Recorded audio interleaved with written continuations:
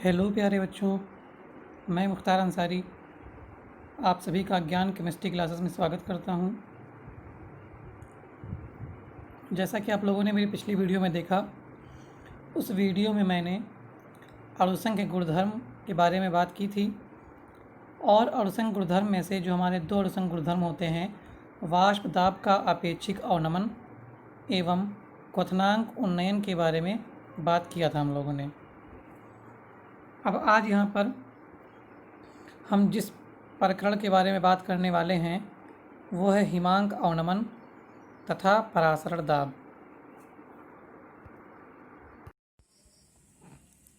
हाँ तो बच्चों, चलो अब अपने हम प्रकरण के बारे में बात कर लेते हैं।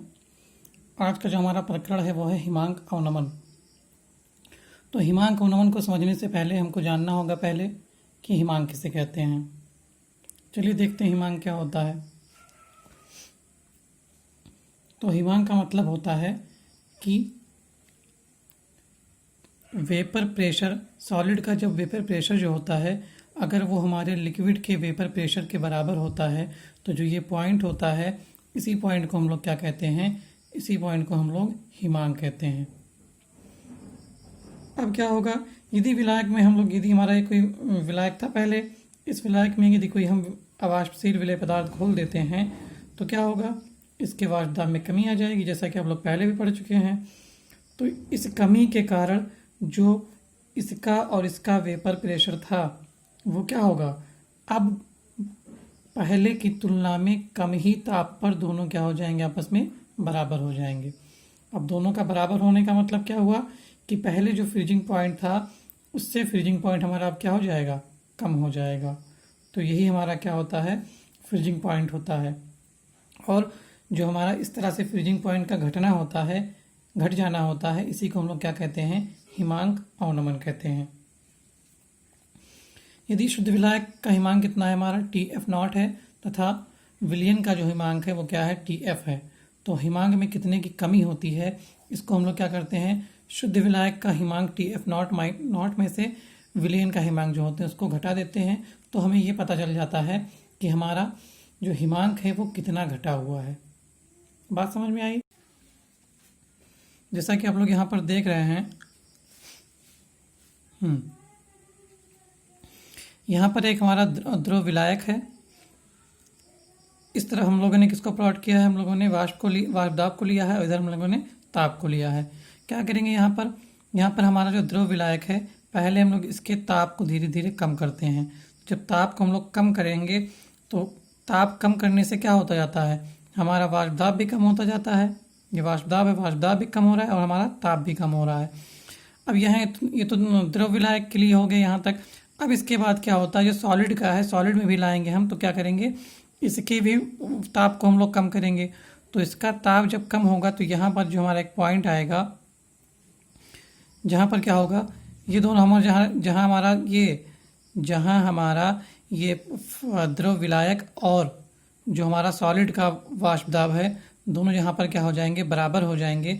उसी पॉइंट को हम लोग क्या कहेंगे, उसी पॉइंट को हम लोग शुद्ध विलायक का हिमांक कहेंगे। बात समझ में आई। ये पॉइंट जो हमारा है वो क्या है, शुद्ध विलायक का हमारा हिमांक है। अब क्या करेंगे, ये तो पहली बात हो गई ध्रुव विलायक के बारे में। अब हम क्या करेंगे, अब हम जो हमारा विलायक पहले था, उस विलायक में हम लोग क्या करते हैं, अवाष्पशील पदार्थ डालते हैं। तो हम जानते हैं कि जब किसी विलायक में हम लोग अवाष्पशील पदार्थ डालेंगे तो उसका जो क्या होता है, वाष्प दाब हमारा होता है वो अचानक से कम हो जाता है। तो इसलिए हम लोगों ने कहाँ से लिया है, यहाँ से इसको लिया हुआ है। इसका वाष्प दाब जो है वो क्या हो गया है, कम हो गया है। फिर क्या करेंगे, इस जो हमारा विलयन है, इस विलयन का भी हम लोग क्या करेंगे, कम करते जाएंगे वाष्प दाब ताप कम करते जाएंगे तो वाष्प दाब कम होता जाएगा। फिर यहाँ पर हमारा एक पॉइंट आएगा, एक पॉइंट जो हमारा यहाँ पर आ रहा है, ये भी किसका है, ये भी ठोस और इस विलयन के बीच का पॉइंट है, जहाँ दोनों पर वाष्प दाब बराबर हो जा रहा है। तो ये जो हमारा पॉइंट होगा ये क्या कहलाएगा, ये हमारे विलयन का जो होगा वो क्या कहलाएगा, हिमांक कहलाएगा। जैसा कि आप लोग यहाँ पर देख रहे हैं कि जो हिमांक है, किसका हिमांक ज़्यादा है, तो हिमांक जो होता है वो शुद्ध विलायक का ज़्यादा होता है और विलयन का हिमांक हमारा कम होता है। तो ये हमारा हिमांक अवनमन को हमने ग्राफ के द्वारा बताया हुआ है।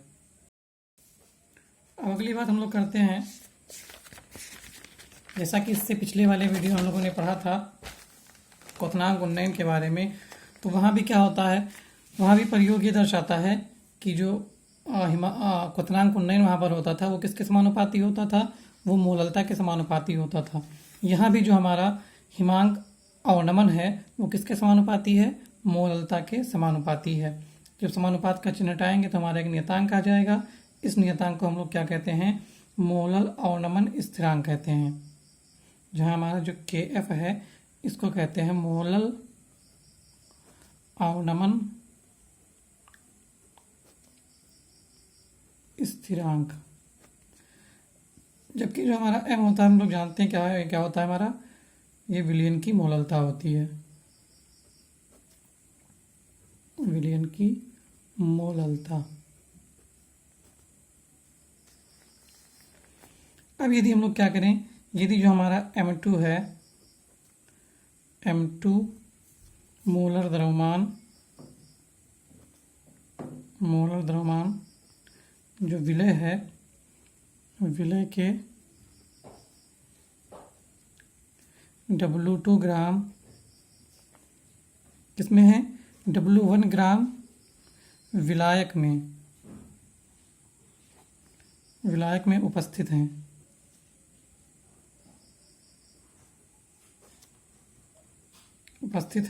तो विलयन की जो मोललता होगी, मोललता जो हमारी होती है वो क्या होती है, W2/M2 इंटू 1000/W1। यहाँ ये विलय के लिए है, ये विलायक के लिए है। इसको हम लोग पहला समीकरण मान लेते हैं, इसको दूसरा समीकरण मान लेते हैं। फिर क्या करते हैं, समीकरण 2 से मोललता का मान हम लोग समीकरण 1 में रखते हैं। समीकरण 2 से मोललता का मान समीकरण 1 में रखने पर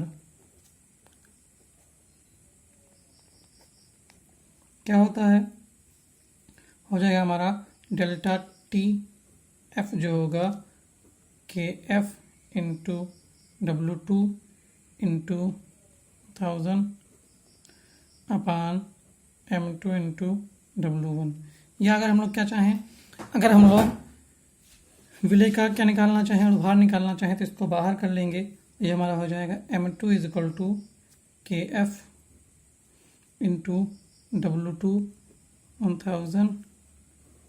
1000/डेल्टा KF इंटू W1।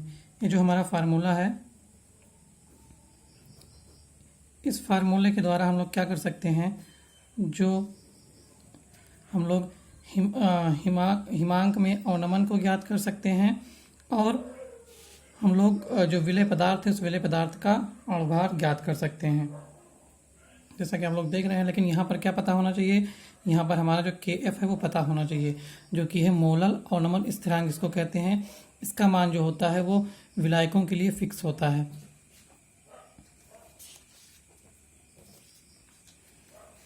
अब फिर देख, जो हमारा ये फार्मूला है मोलल अवनमन स्थिरांक वाला, ये इस फार्मूले में अगर हम लोग क्या करें, इस फार्मूले में अगर हम लोग W2/M2 जो है इसको अगर 1 मोल ले लें, अगर 1 मोल हो जाए और W1 जो हमारा है विलायक का किलोग्राम में भार वो कितना हो जाए, 1000 ग्राम हो जाए।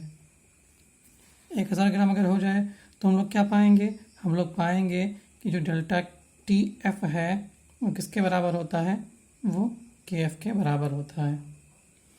आप लोग बिल्कुल ऐसे ही क्वथनांक उन्नयन के बारे में भी पढ़ चुके हैं। अब इसका यहाँ डिफिनीशन क्या होता है, यहाँ पर अब इसका हम लोग इसको परिभाषित कर सकते हैं, इसको बता सकते हैं क्या होता है। तो किसी विलायक के 1000 ग्राम में, विलायक के 1000 ग्राम में अवाष्पशील विलय का 1 मोल, अवाष्पशील विलय का 1 मोल घोलने पर उसके हिमांक में जो अवनमन होता है, हिमांक में जो अवनमन होता है वह उस विलयन का, वह उस विलायक का मोलल अवनमन स्थिरांक कहलाता है।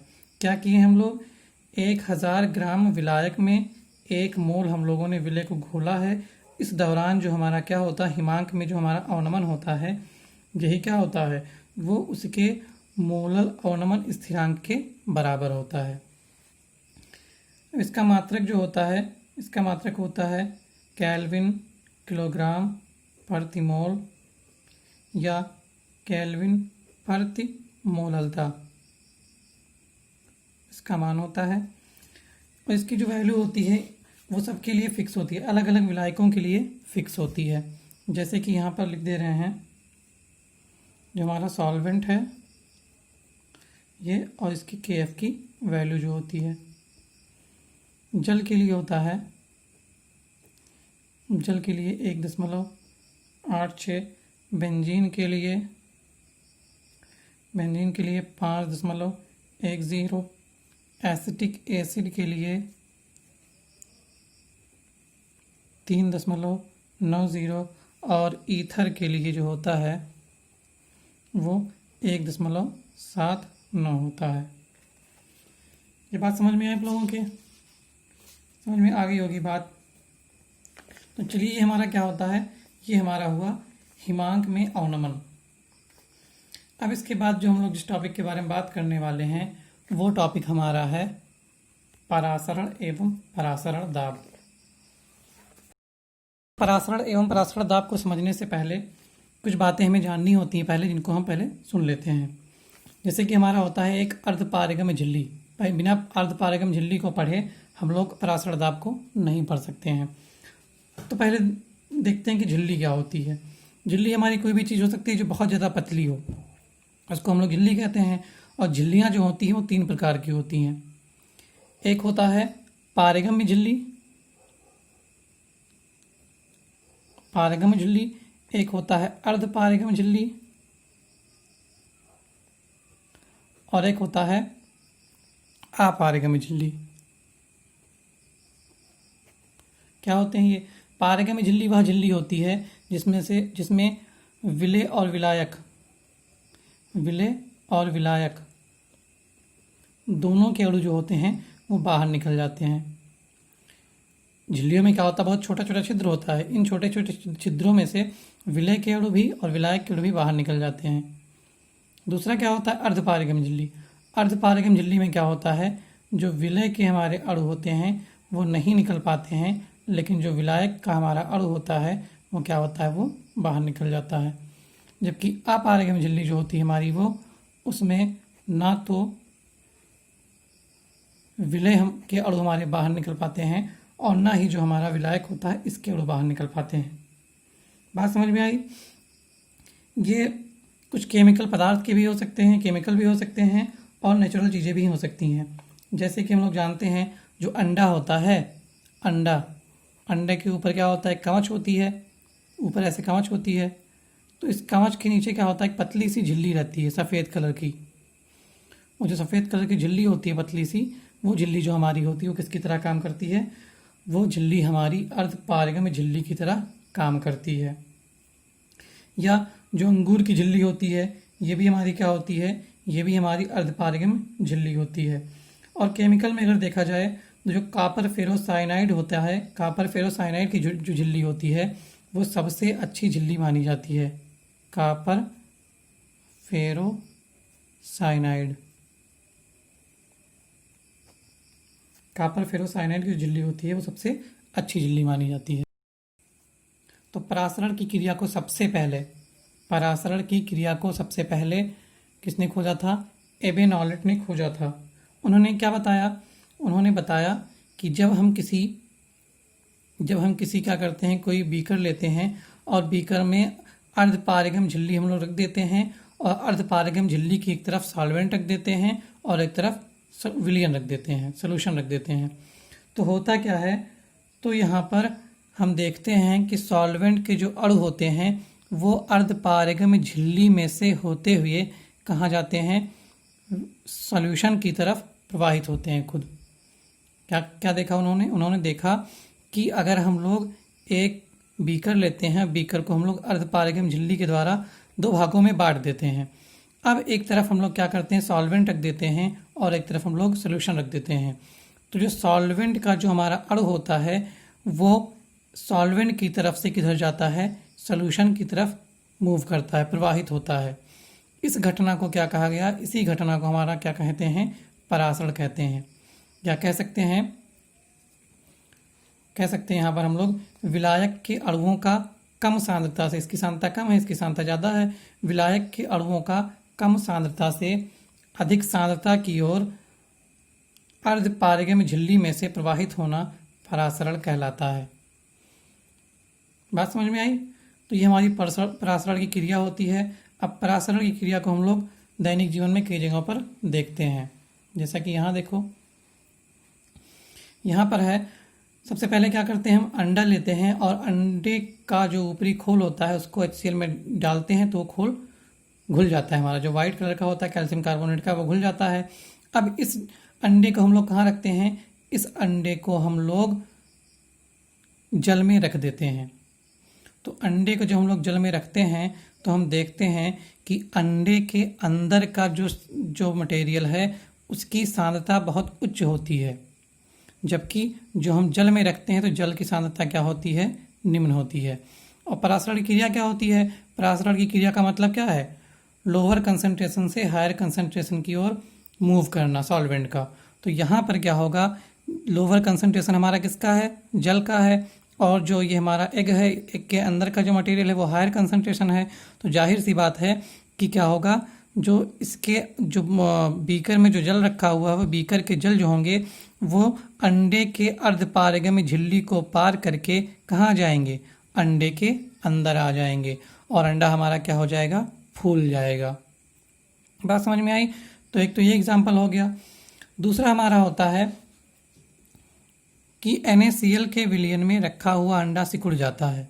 क्या करते हैं, बिल्कुल वही अंडा हम लोग ले लेते हैं, अंडा जो हमारा है उसको ले लेते हैं, उस अंडे के विलयन को कहाँ रख देते हैं हम लोग, NaCl के अंदर हम लोग रख देते हैं। तो क्या देखते हैं कि जो बाहर का हमारा विलयन है, जो बाहर का हमारा NaCl का विलयन है, इसकी सांद्रता क्या है, इसकी सांद्रता ज़्यादा है, जबकि अंडे के अंदर जो जल है उसकी सांद्रता क्या है, कम है। तो क्या होगा, जो अंडे के अंदर हमारा जल है वो सब कहाँ निकल आएंगे, परासरण की क्रिया के कारण बाहर निकलेंगे, लोअर कंसंट्रेशन से हायर कंसंट्रेशन की ओर आएंगे। तो जब लोअर कंसंट्रेशन से हायर कंसंट्रेशन की ओर ये लोग आएंगे तो जो अंडा होगा हमारा वो क्या हो जाएगा, जो अंडा होगा वो सिकुड़ जाएगा। तो ये जो हमारे दो एग्जाम्पल हैं, इसको हम लोग, ये किसके एग्जाम्पल हैं, ये दोनों हमारे परासरण के एग्जाम्पल हैं। बात समझ में आई?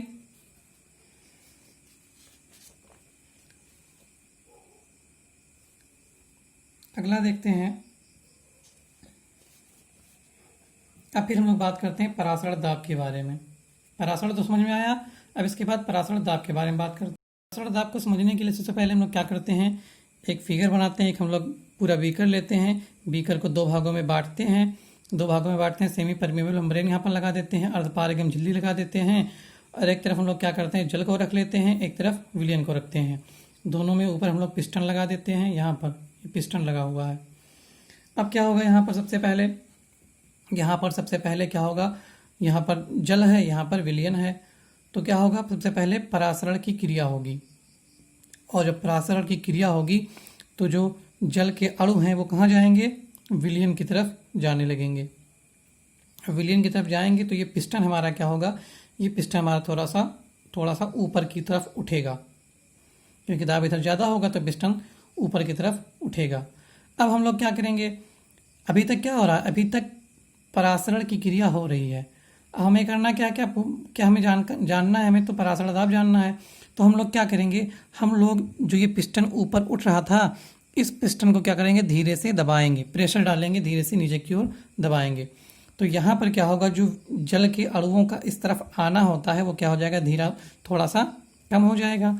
अब क्या करेंगे, हम लोग और दाब डालेंगे, इतना दाब डालेंगे जिससे क्या हो जाए, ये परासरण की क्रिया हमारी रुक जाए।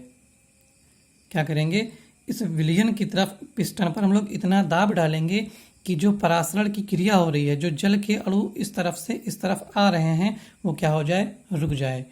तो इस पिस्टन के ऊपर डाला गया वह दाब जो क्या करे, इस परासरण की क्रिया को रोक दे, इस परासरण की घटना को रोक दे, वही दाब हमारा क्या कहलाता है, वही दाब हमारा परासरण दाब कहलाता है। कम शब्दों में कह सकते हैं कि वह विलयन पर डाला गया वह दाब जिससे परासरण की क्रिया हमारी रुक जाए, उसको हम लोग क्या कहते हैं, हम लोग परासरण दाब कहते हैं। बात समझ में आई?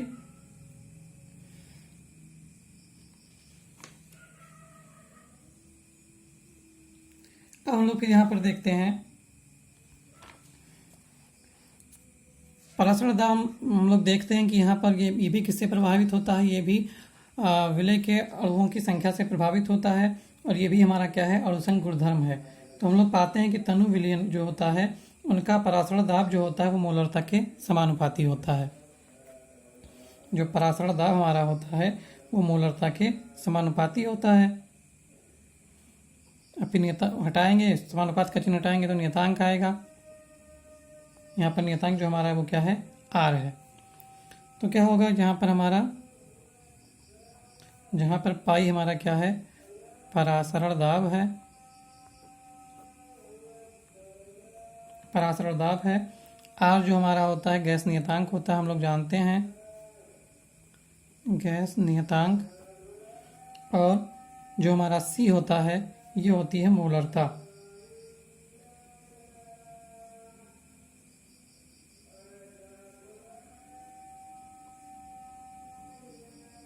ये मोलरता होती है।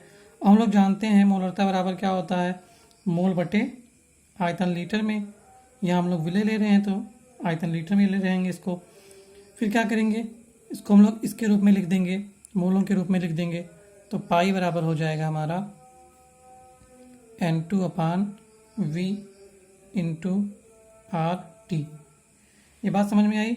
अब जहाँ पर हमारा क्या है, अगर यहाँ V विलय, यहाँ V विलय N2 मोलों को रखने वाले विलयन का जो V है वो क्या है, विलयन का लीटर में आयतन है, लीटर में आयतन है।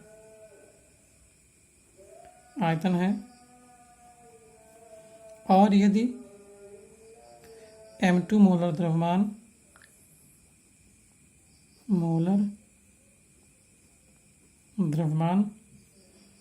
का W2 ग्राम विलयन में उपस्थित है। जो विलय हमारा है W2 ग्राम, विलय जो है वो विलयन में उपस्थित है।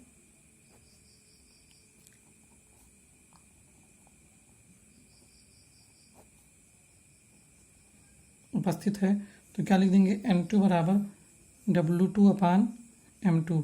हम लोग मोलों को तोड़ रहे हैं, मोल को हम लोग किसमें तोड़ रहे हैं, भार बटे अणुभार के रूप में तोड़ रहे हैं। तो इसकी जगह पे क्या रख देंगे, इसको रख देंगे तो हमारा आ जाएगा पाई बराबर W2/M2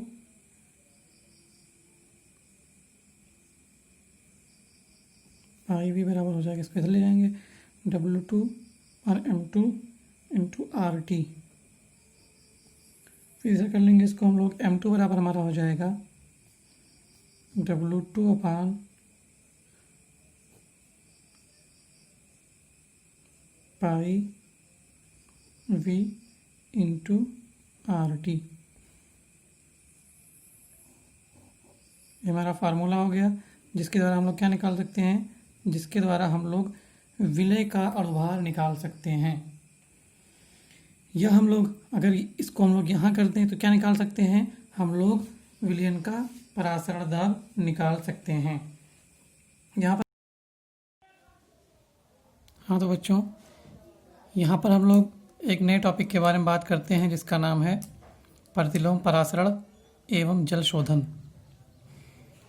अब ये प्रतिलोम परासरण की जो इंग्लिश होती है वो होती है रिवर्स ऑस्मोसिस मतलब कि उल्टा परासरण। जैसा कि नाम से यह स्पष्ट है, उल्टा परासरण, व्युत्क्रम परासरण। मतलब यहाँ पर जो परासरण क्रिया वो क्या होगी, उल्टी होगी, व्युत्क्रम होगी। चलिए देखते हैं इसको। पहले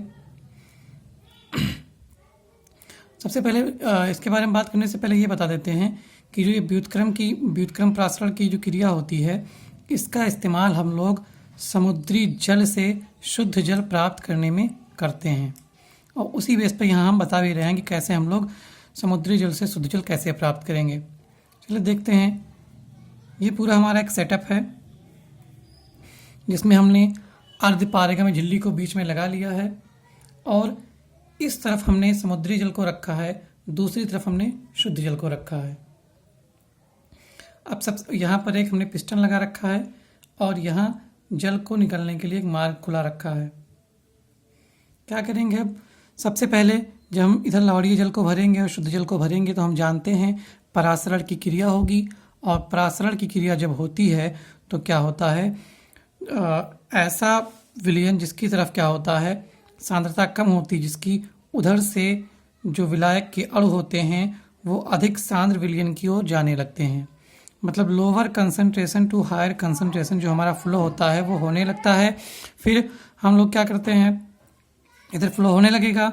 जैसे जैसे इधर फ्लो होगा, इस पिस्टन का दाब जो होगा वो बढ़े। ये पिस्टन जो होगा हमारा वह ऊपर उठेगा, यानी कि इधर का दाब जो होगा हमारा वो बढ़ेगा।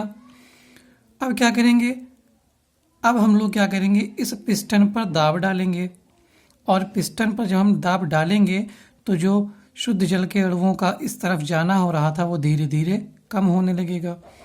एक दाब ऐसा आएगा जब शुद्ध जल के अणुओं का इस तरफ से इस तरफ lower concentration to higher concentration जो फ्लो हो रहा था वो रुक जाएगा। अब जो ये हमारा दाब है, इसी दाब को हम लोग क्या कहते हैं, परासरण दाब कहते हैं। मतलब परासरण की घटना को रोकने के लिए जो हमारा इस विलयन पर जो हमने दाब डाल रखा है उसी दाब को क्या कहेंगे, परासरण दाब कहेंगे। इतनी बात तो हो गई कि ये परासरण की क्रिया रुक गई, लेकिन हमें करना क्या है, हमें करना है कि जो लवणीय जल है उसको शुद्ध करना है। तो अब क्या करेंगे, अब जब हम लोग परासरण दाब से ज़्यादा दाब इस पिस्टन के द्वारा इस विलयन पर डालेंगे तो यहाँ पर जो जल के अणु हैं उन जल के अणुओं का इस हायर कंसंट्रेशन वाले सॉल्यूशन से लोअर कंसंट्रेशन की तरफ क्या होने लगेगा, बहने लगेगा, फ्लो होने लगेगा। किसके द्वारा जाएगा, ये अर्धपारगम्य झिल्ली के द्वारा ही इधर से भी जाएगा। यानी कि परासरण जो था हमारा वो lower concentration to higher concentration था और यहाँ पर क्या हो रहा है, यहाँ पर higher concentration to lower concentration जो है हमारा वो फ्लो हो रहा है विलायक के अणुओं का। तो यहाँ पर जो हमारा परासरण है वो क्या है, प्रतिलोम है, व्युत्क्रम परासरण है। इसलिए इस घटना को क्या कहते हैं, रिवर्स ऑस्मोसिस कहते हैं। अब यहाँ पर खाली हमारा लवण बचेगा और जो जल के अणु होंगे वो कहाँ चले आएंगे, इधर आ जाएंगे, जिनको हम लोग इसके द्वारा बाहर से निकाल लेंगे। जैसा कि आप लोग जानते हैं जो आरओ लगा होता है घर में जो आरओ लगा हुआ होता है उसमें जो जल का शुद्ध करना होता है वो इसी प्रक्रम के द्वारा किया जाता है। अब यहाँ हमने समुद्री जल की बात की है, लेकिन अगर आप यहाँ मिट्टी वाले जल की भी बात करेंगे तो यहाँ पर क्या होगा, वही सेम प्रक्रिया वही होगी और मिट्टी इधर रह जाएगी और शुद्ध जल हमारा इधर आ जाएगा। इसको हम लोग बाहर निकाल लेंगे और ये हमारा क्या होगा, ये हमारा शुद्ध जल प्राप्त हो जाएगा। तो ये होता है हमारा प्रतिलोम परासरण एवं जल शोधन। ठीक है बच्चों, अगले वीडियो में फिर मिलते हैं नए टॉपिक के साथ। धन्यवाद।